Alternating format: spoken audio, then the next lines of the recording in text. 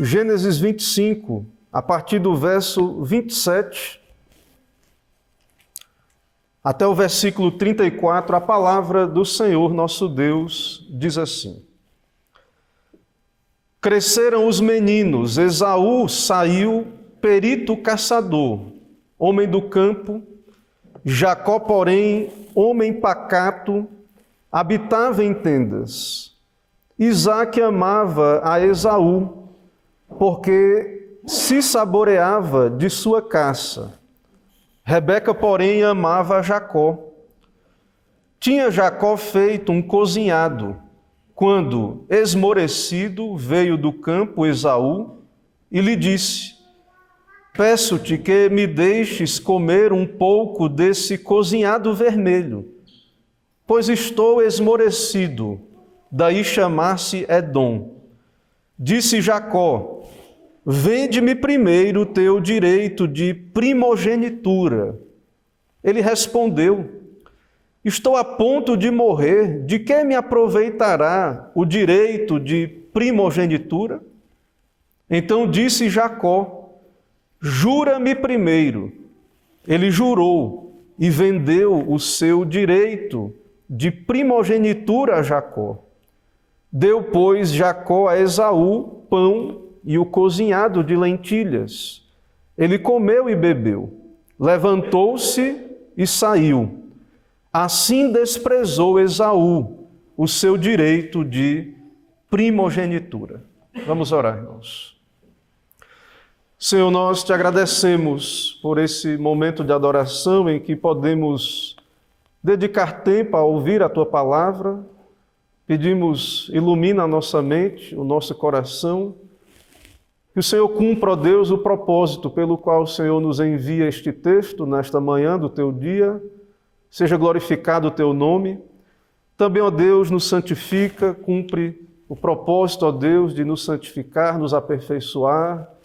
E também pedimos, ó Deus, por aqueles que ainda estão alheios à Tua graça, que também possam reconhecer a Tua verdade, possam ir a Cristo por meio da Tua palavra, que Teu Espírito possa usar este texto, a exposição, para atrair pecadores a Jesus.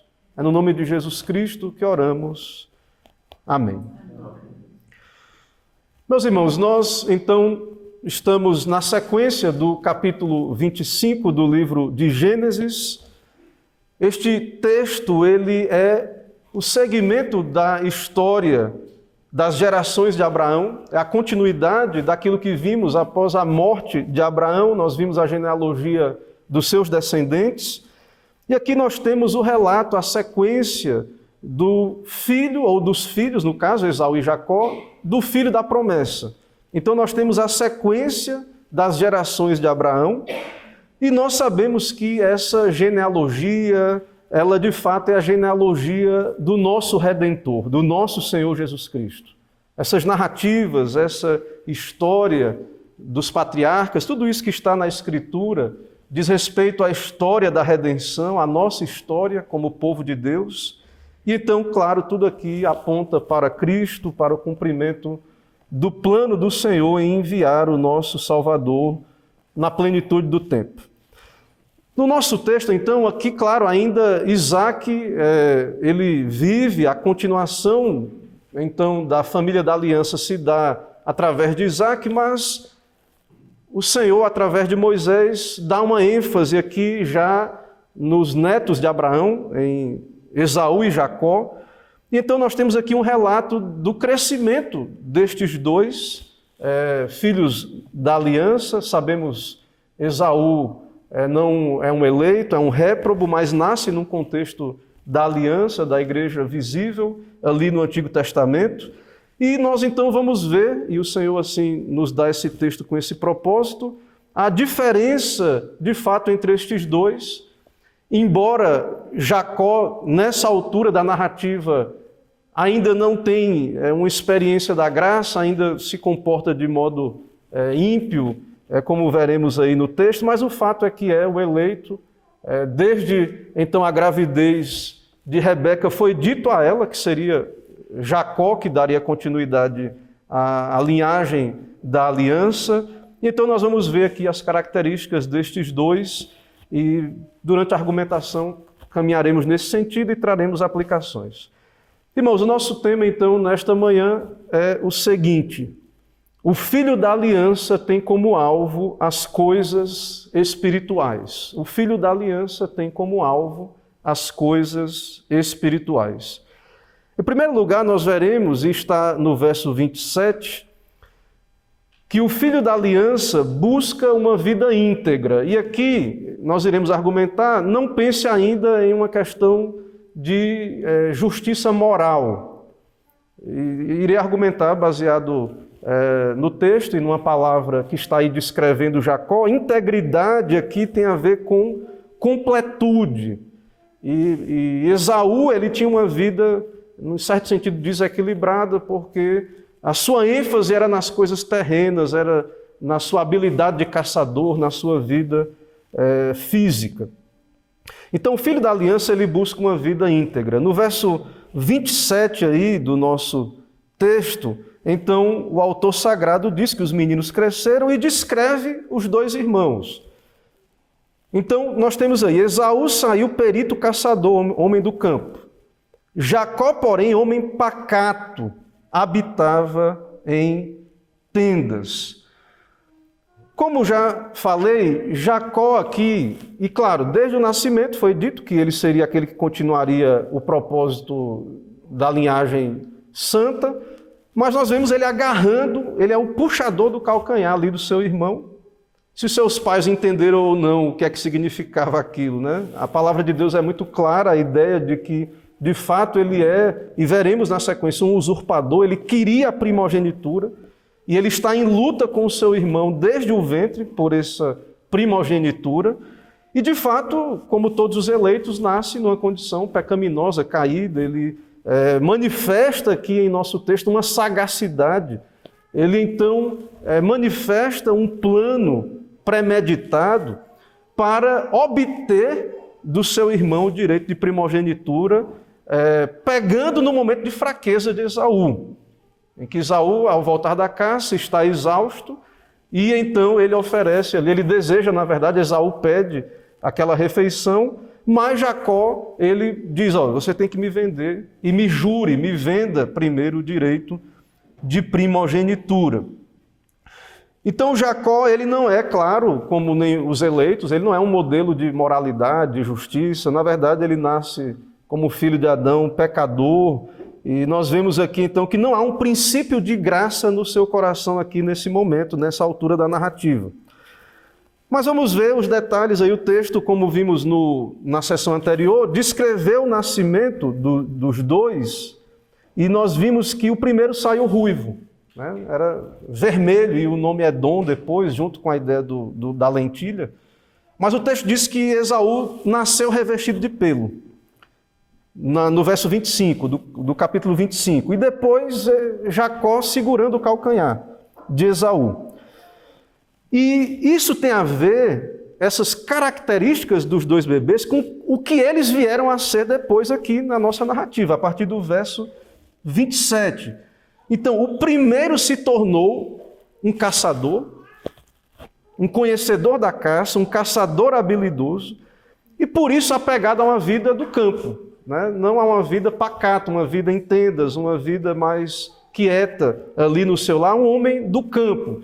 Uma vida mais atlética, um perito caçador, alguém que tinha então uma ênfase nessas habilidades físicas e vivia ali da sua caça e do campo. E o texto nos diz que Jacó, porém, era homem pacato. Homem pacato. E essa palavra que foi traduzida por pacato é uma opção do tradutor, é um termo difícil de traduzir. O termo aí, no hebraico, uma tradução mais padrão seria homem perfeito. A palavra tam, no hebraico, é a mesma palavra que é dita dos sacrifícios do culto, que eles deveriam ser perfeitos. Não poderia ter defeito no sacrifício. Mas nós sabemos, e aprendemos isso quando lemos um texto, claro, que a palavra ela tem um sentido dentro de um contexto, da frase em que está. Então, o tradutor, ao escolher a palavra pacato, que tem a ver com a ideia de alguém quieto, de quietude, tudo indica que ele está fazendo o contraste entre Esaú, um homem agitado, um caçador, alguém do campo, alguém que tem uma vida dado então a essa prática de ir de um lado para o outro e caçando, uma vida mais dada à questão física e de caçador, como talvez nos nossos dias uma vida de um atleta, algo nesse sentido. E já Jacó, uma vida pacata, ou seja, uma vida tranquila, um homem mais quieto, que vive em tendas. Essa foi a escolha do tradutor, mas eu irei argumentar ainda sobre qual seria uma melhor opção para a tradução desse termo aí, que na nossa Bíblia está pacato. Mas independente desse argumento, nesse momento, o fato, irmãos, é que são dois gêmeos, mas que têm características completamente opostas. Uma ideia maior que está aí, ao vermos as características dos dois, é isso. E claro, está sendo descrito como é que era Esaú, e sim, tudo indica, a palavra que é dada para Jacó é para fazer contraste com as características de Esaú. Uma vida agitada, uma vida talvez mais tranquila. Isso deve incluir o sentido da ideia aí. Mas, como disse, não é tão fácil assim. E a palavra tan dá a entender a ideia de uma completude, de uma integridade, e tudo indica, então, talvez outra tradução seria um homem mais civilizado, mas o meu argumento, o meu ponto, eu entendo particularmente que isso tem a ver com uma vida também intelectual. Seria esse o contraste, ao meu ver, eu entendo assim. Esaú, então, um homem mais de uma vida dada à sua prática da caça, então uma vida, digamos assim, mais a sua habilidade que tinha a ver com a prática de algo que envolvia uma destreza, uma habilidade física. E Jacó, além disso, que era comum a alguém daquela época, ele também era um homem que tinha uma vida, digamos assim, intelectual, era alguém que pensava nas coisas espirituais, direito de primogenitura, bênção, coisas mais imateriais. Ou seja, apesar de Jacó, nessa altura aqui, ser um desonesto, um trapaceiro, digamos assim, irmãos, Esaú é um caçador de caça, literalmente, e veja no nosso texto que Jacó estava caçando outra coisa, que era a bênção, o direito de primogenitura. Ele é um caçador astuto, mas não do tipo de Esaú, digamos assim. Ele está caçando, então, ele preparou tudo ali para, no momento exato, no momento específico, ele obter o direito de primogenitura do seu irmão, que, sendo alguém meramente dado às coisas terrenas e preocupado com os seus apetites, vendeu por um prato de lentilha o seu direito de primogenitura. E durante toda a narrativa da vida de Jacó, nós vamos ver, através dos muitos estratagemas, as estratégias, a sua inteligência. Lá na frente, quando ele volta a Canaã, ele envia presentes para Esaú, que desejava matá-lo, porque ele roubou a sua bênção. Então nós vemos Jacó, ele é esse homem que age de maneira sábia, sagaz, ele tem de fato toda essa característica. Então tudo indica, ao meu ver, mais do que um contraste entre uma vida agitada de Esaú e uma vida mais pacata de Jacó, tem a ver com isso.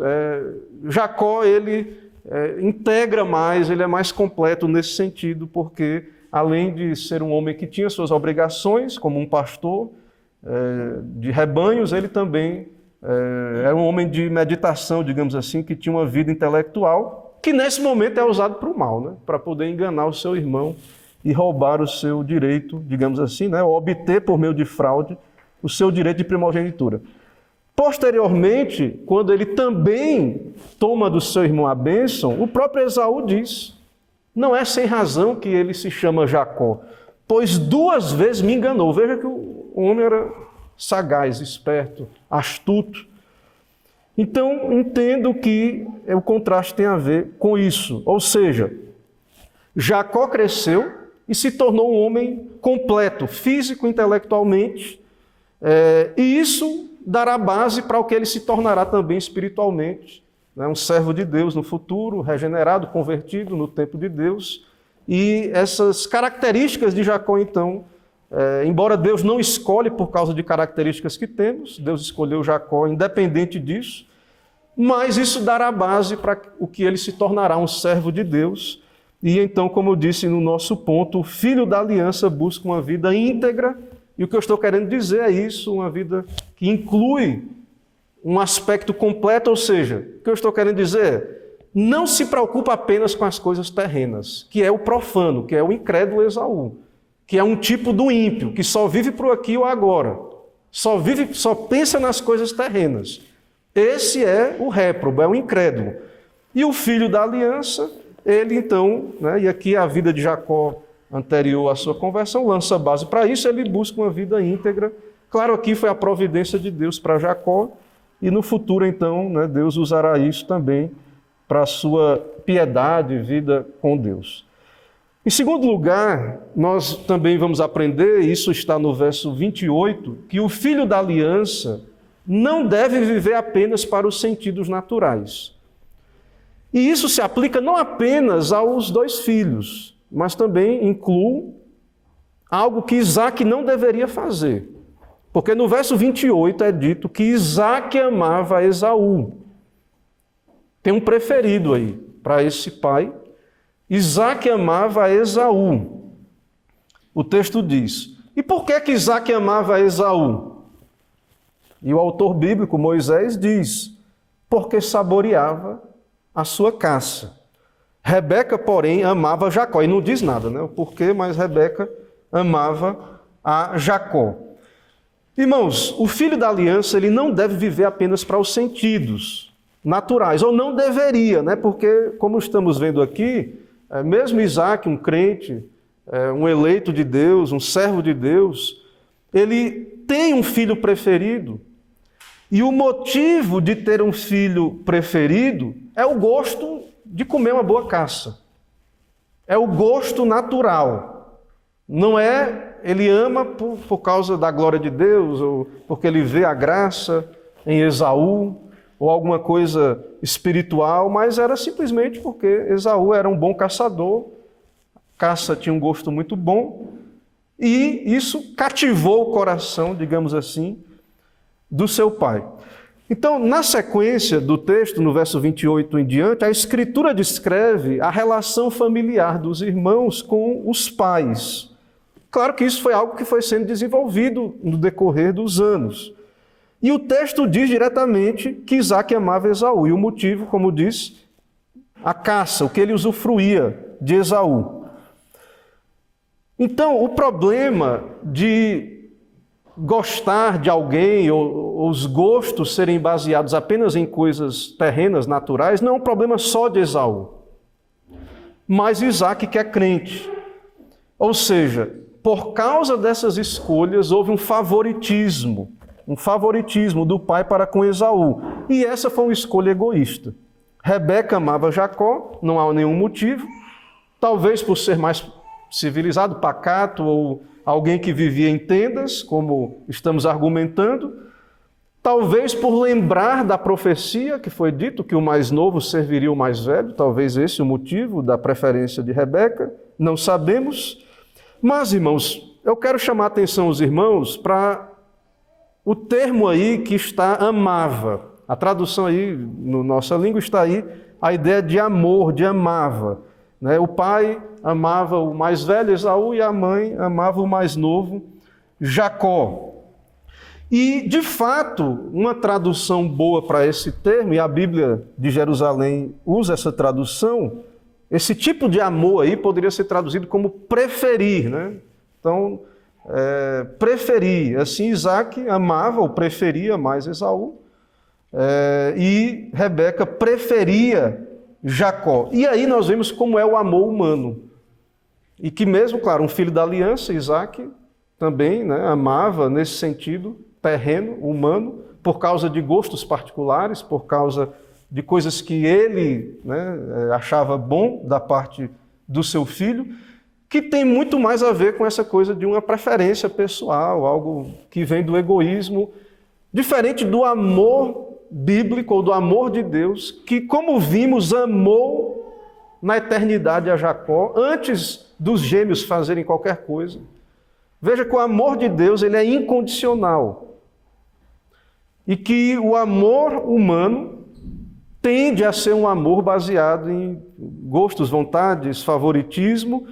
É claro que nós sabemos e aprendemos de Deus, e na Bíblia nós aprendemos isso, né? Que o amor que Deus nos orienta, que devemos ter, ele deve ser um amor semelhante ao amor de Deus, ou seja, nós devemos amar os nossos irmãos por causa da graça que há em cada um de nós, independente dos defeitos, ou ao ver os defeitos, né? Ou seja, não é uma questão de questões particulares ou de favoritismo.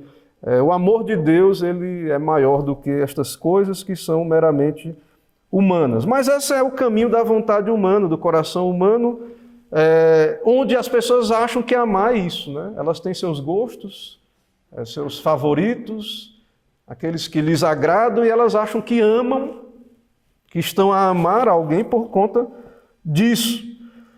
Então nós sabemos na Bíblia que Deus amou pecadores antes de fazer qualquer coisa, e nós devemos amar também, claro, dessa maneira amar para a glória de Deus. Nós somos criados para isso, e o nosso amor ele não tem que estar dependente, então, de coisas terrenas, temporárias ou transitórias. Então a escolha de Deus, irmãos, ela é soberana, né? E é por isso que é difícil para nós, que temos essas preferências. Muitas vezes as pessoas elas não entendem a questão da eleição incondicional. Porque elas não entendem que a base do amor de Deus não está em nada que está no eleito. Deus escolhe coisas loucas para envergonhar os sábios, coisas fracas. Então, no relato da história da redenção, você vai ver Deus escolhendo o mais fraco, o mais novo, o menor, o menos... Talvez, assim, se a gente for olhar, não deveria, na visão humana, escolher a Jacó, um enganador e pecador também, tanto quanto ou mais do que Esaú. Então Deus escolhe as coisas humildes, desprezadas, ou seja, toda essa linguagem de Paulo dá a entender assim, são coisas que nós não escolheríamos, baseados em nossas preferências. O fraco, o pobre, o humilhado, o desprezado, os que não são, nós não escolheríamos. E há um plano de Deus, Paulo diz, que Deus determinou assim. Não sabemos, claro, todo o motivo, né, pelo qual Deus escolhe uns e outros não, mas Paulo diz, a fim de que ninguém se vanglorie na presença de Deus. Uma coisa é certa, a eleição anula qualquer vanglória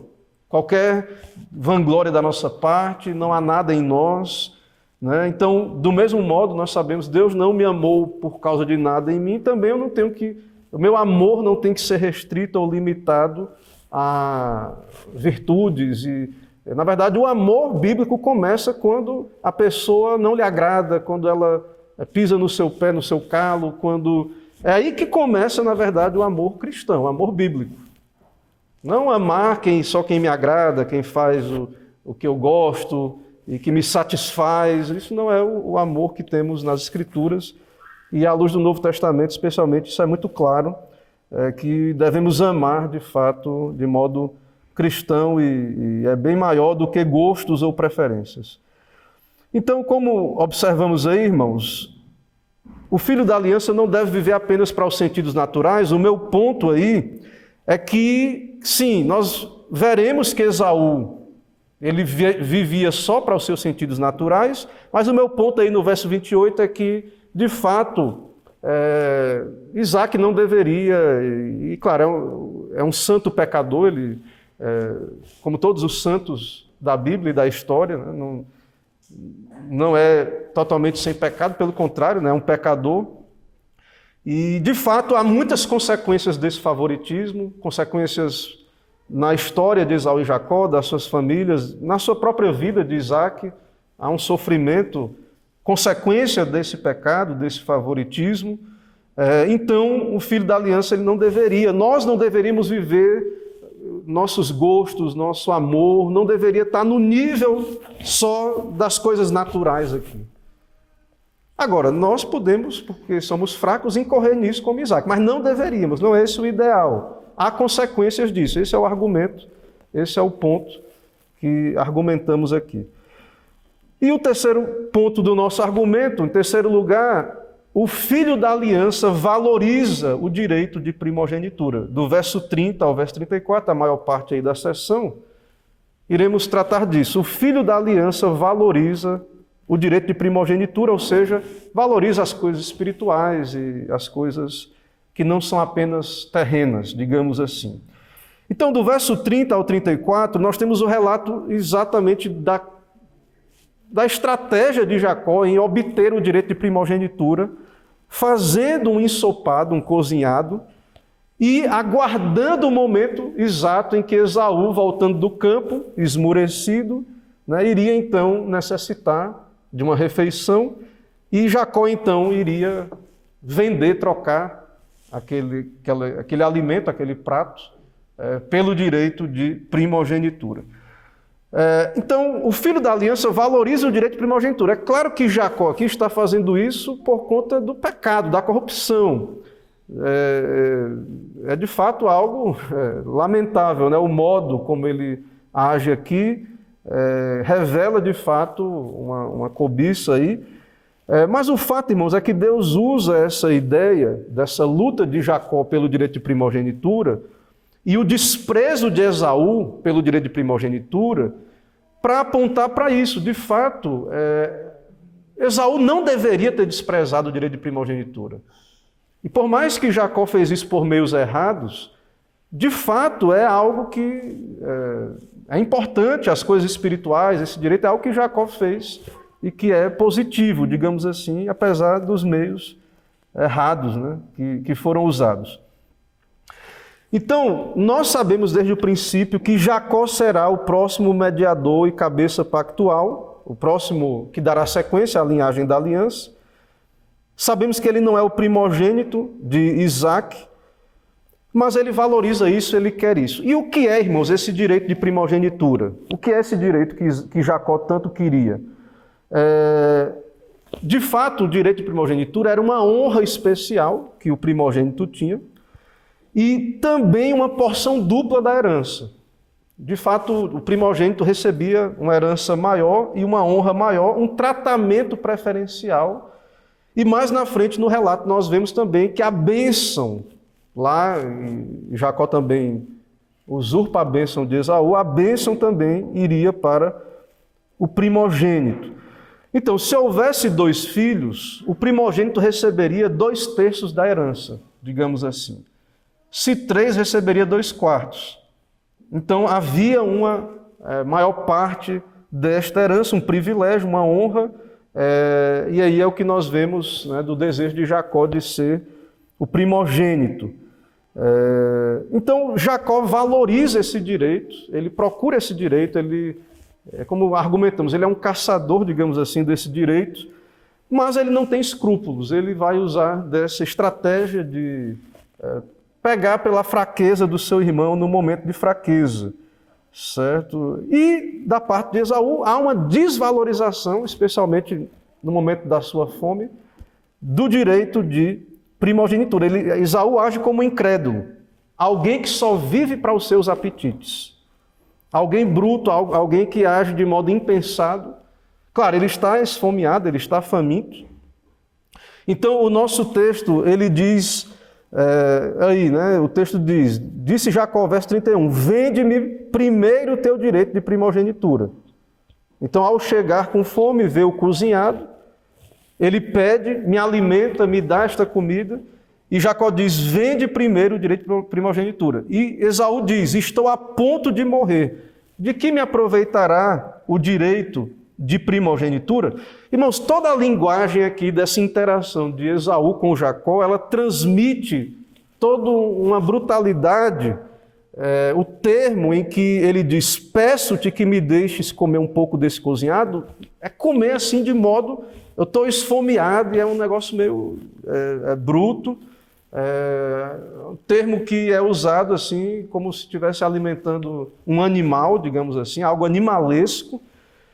E tudo isso transmite essa ideia da carnalidade de Esaú, dele é um profano, segundo as Escrituras, por rejeitar o direito de primogenitura, e toda essa ideia também que nós vemos depois que ele obtém, né, o direito de comer, vendendo a primogenitura. Veja aí no verso 34. Deu, pois, Jacó a Esaú o pão e o cozinhado. E aí vem uma sequência de verbos. Ele comeu e bebeu e levantou e saiu. Tudo isso transmite toda essa ideia, então, de alguém que age de modo muito animalesco e desprezando o seu direito de primogenitura. E por trás dessa ideia de aceitar o prato de lentilha, vender a primogenitura, por trás dessa ideia há um desprezo de Deus, desprezo das coisas espirituais. Isso vai marcar a história de Esaú. O autor aos Hebreus vai falar disso, que ele era profano. Então, Esaú entra para a história como um réprobo, como alguém repreensível, alguém profano, porque desprezou o direito de primogenitura. E lá na frente, Jacó vai usurpar a sua bênção e ele vai receber, então, na verdade, não é bênção, é o contrário da bênção. Deus vai dizer, através de Isaac, que ele habitará em lugares longe dos lugares férteis, do orvalho e toda aquela situação ali. Ou seja, há várias consequências da atitude de Esaú, da sua atitude profana. E, de fato, apesar de Jacó usar meios escusos aqui nesse momento, há toda uma ideia assim, de que o correto é que, de fato, deve-se valorizar a primogenitura, a bênção, esses direitos, e o filho da aliança ele deve valorizar isso. E os profanos, eles vivem só por aqui e agora, eles rejeitam as coisas espirituais. Então nós vemos isso também no texto. Irmãos, diante disso eu quero trazer aplicações para nós aqui nesta manhã. Mais uma vez nós vemos aqui nesta sessão que a eleição é por graça soberana. A eleição é por livre graça de Deus. Deus escolheu a Jacó, amou a Jacó. E aqui, nesse relato do crescimento dos dois, ambos da família da aliança, onde vemos o seu caráter aqui, é mais evidente, irmãos, que a eleição tinha que ser na eternidade, no decreto eterno. Quando observamos aqui as características, o pecado de ambos, de Esaú e Jacó, e Paulo, claro, fala disso em Romanos 9, antes dos gêmeos fazerem qualquer obra boa ou má, Deus escolheu a Jacó e o amou. Então é evidente pelas Escrituras, sim, há uma eleição, e ela é incondicional, e ela acontece na eternidade. Porque se Deus fosse escolher dentro do tempo, não escolheria ninguém, nenhum. Nem Esaú, nem Jacó, nem ninguém seria escolhido por Deus. Porque todos nascem debaixo do pecado, todos herdam de Adão, nosso primeiro pai, o pecado original, a corrupção. E desde pequeno ali, você vê Jacó desde o ventre já puxando o calcanhar, a ideia ali já nessa luta por esse direito ali, toda essa ideia de que vimos aqui. Então, desde o ventre já nasce desviado, digamos assim, inclinado ao mal. Esse é o relato, é o testemunho das Escrituras. Então, não há nada que possa recomendar Jacó diante de Deus, bem como Esaú. Deus o amou, claro, ele será salvo, transformado mais na frente. E Esaú é preterido, ele é réprobo, ele continuará na sua incredulidade. E a eleição de Deus, então, não é baseada em nada que o Senhor vê em nós. Nada nos recomenda, assim como nada recomendava Jacó. E a eleição, então, como Deus diz, não é de quem corre, né? Não depende de quem quer ou de quem corre, mas de Deus usar da sua misericórdia. Paulo fala disso em Romanos 9, da eleição de Deus, desse plano de Deus, de salvar pecadores indignos. E isso é muito evidente nas Escrituras. Obviamente, esses eleitos depois são regenerados, transformados.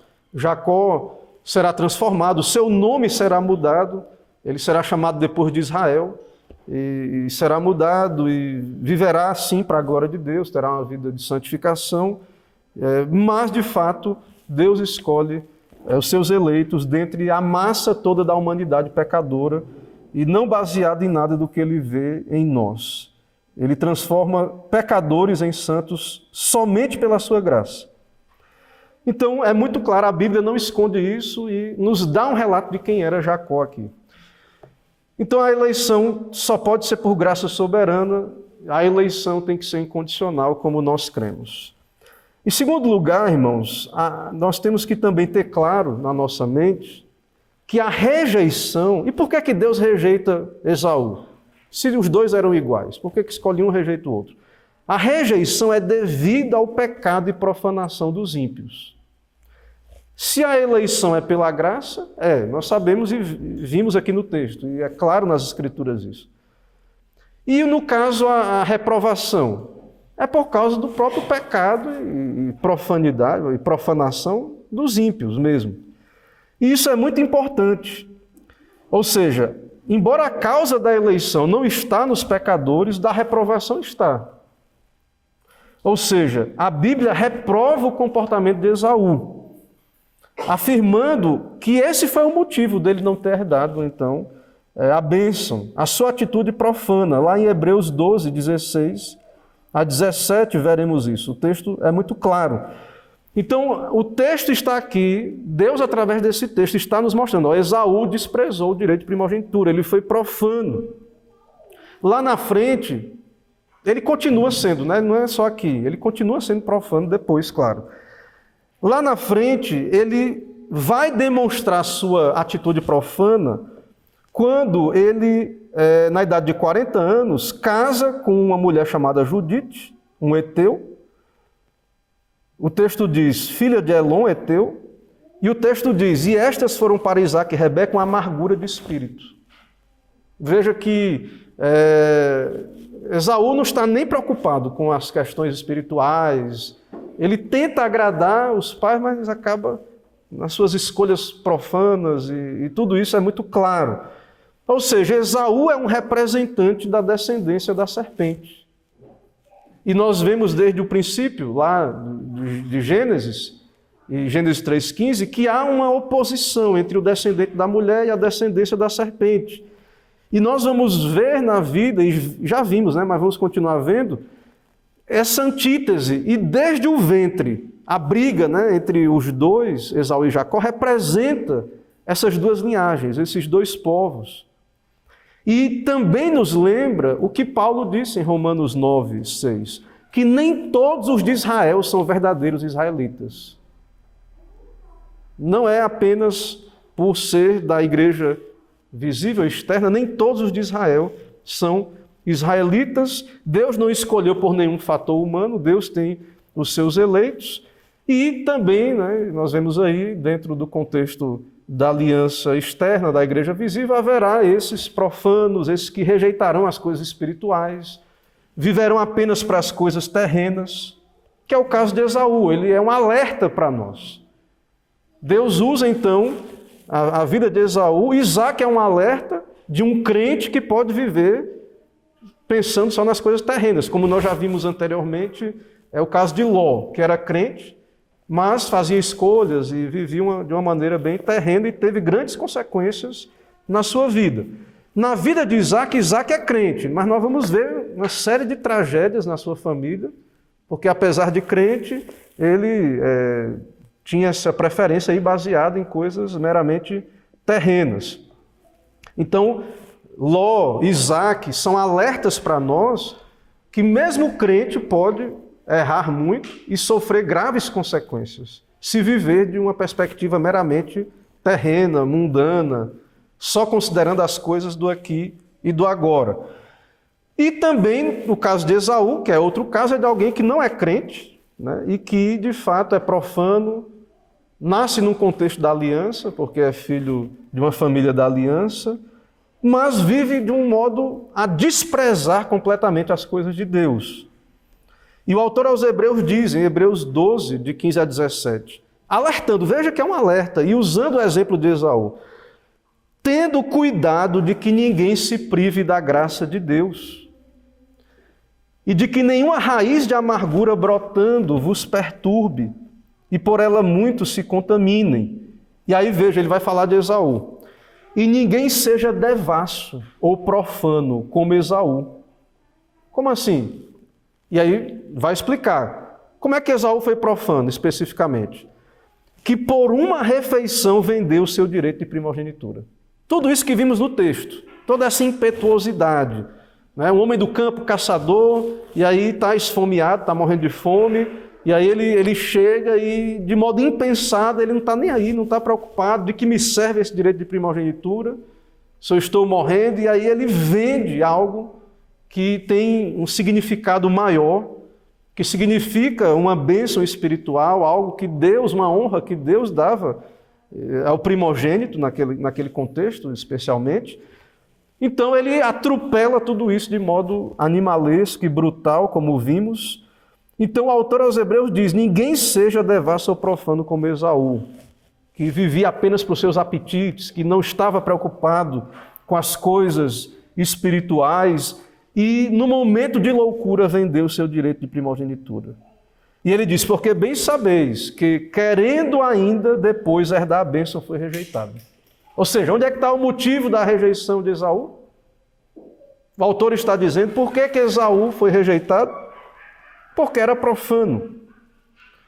Porque não achou lugar de arrependimento. Não possuiu arrependimento para a vida, a graça do arrependimento, que é dom de Deus, não era eleito. Ainda que com lágrimas o buscou. Quem olhasse externamente ele chorando e querendo: meu pai, me abençoa também, não tem uma bênção aí para mim. E ele havia rejeitado toda essa bênção espiritual. Então, o motivo da rejeição dos réprobos está no seu pecado, no seu coração corrupto e profano. Eles desprezam o mundo, os homens sem Deus desprezam tudo aquilo que Deus nos dá de precioso, especialmente o Evangelho, as coisas espirituais. As pessoas só estão preocupadas: o que é que eu estou ganhando? O que é que eu ganho? E aí, tem igreja aí, o que é que eu ganho em ser crente?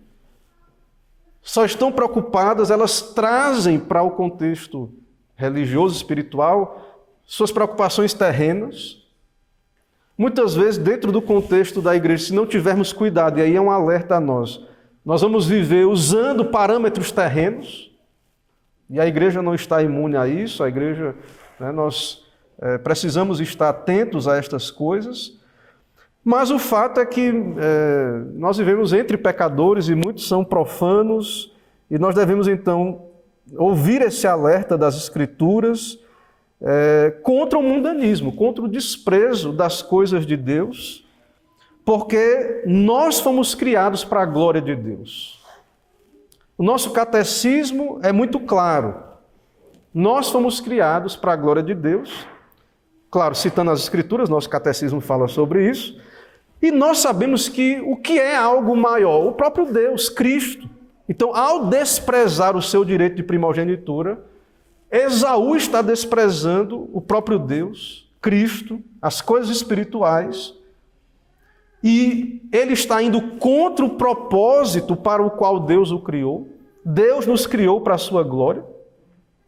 Então, o que é que nos torna profanos e animalescos? O pecado. O pecado é que nos rebaixa, que rebaixou a Esaú, que nos rebaixa.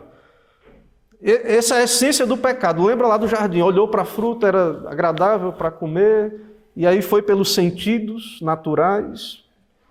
Queria ser Deus, pegar um atalho ali, sereis como Deus, e é só comer o fruto.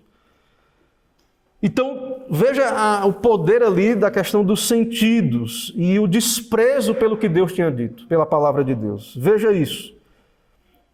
E como o nosso catecismo explica o propósito do homem, o fim principal do homem é a glória de Deus, é glorificar a Deus e se alegrar em Deus. Então, o homem, ele não é um fim em si mesmo.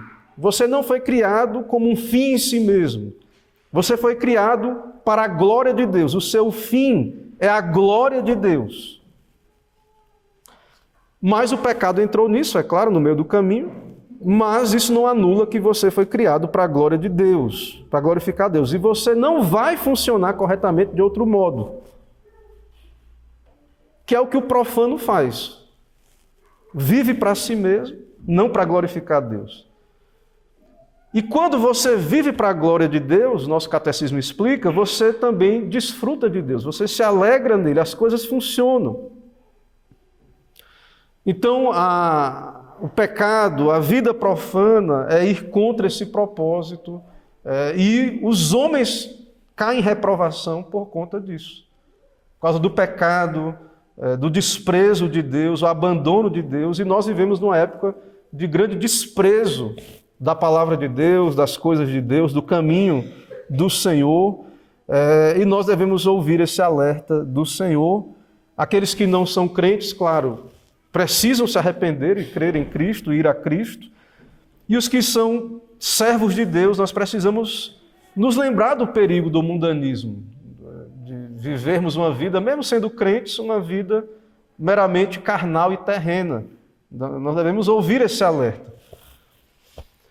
Em terceiro lugar, irmãos, aqui o nosso a terceira aplicação e alerta, algo que já falei durante o texto, sim, é triste essa realidade. Os crentes podem viver como réprobos. Mesmo crente, eu sou eleito, eu sei que estou salvo.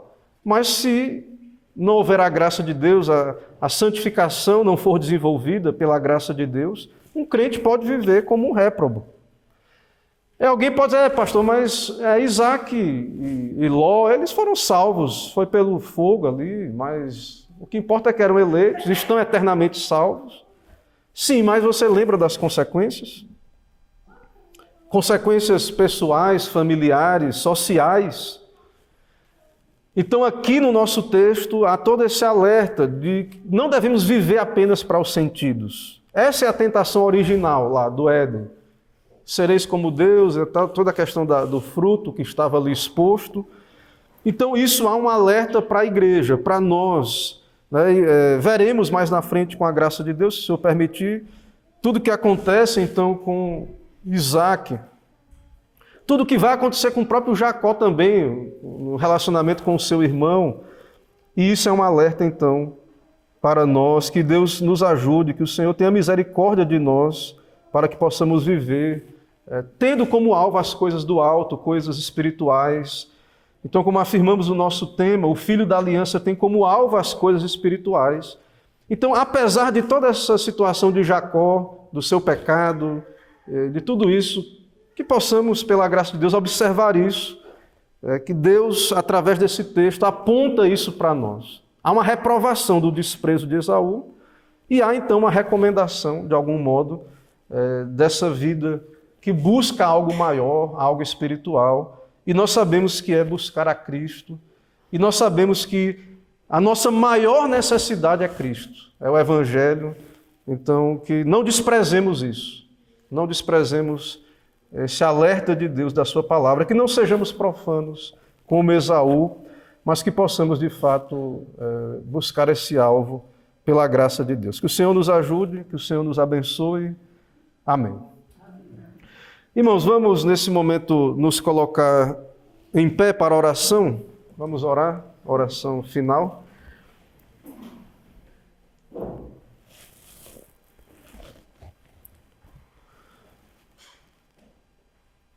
Senhor, nós te adoramos nesse momento em Tua presença, louvamos o Teu nome pela Tua graça em nos dar a Tua palavra, nos dar esse dia separado para ouvirmos a Tua palavra e meditarmos nela.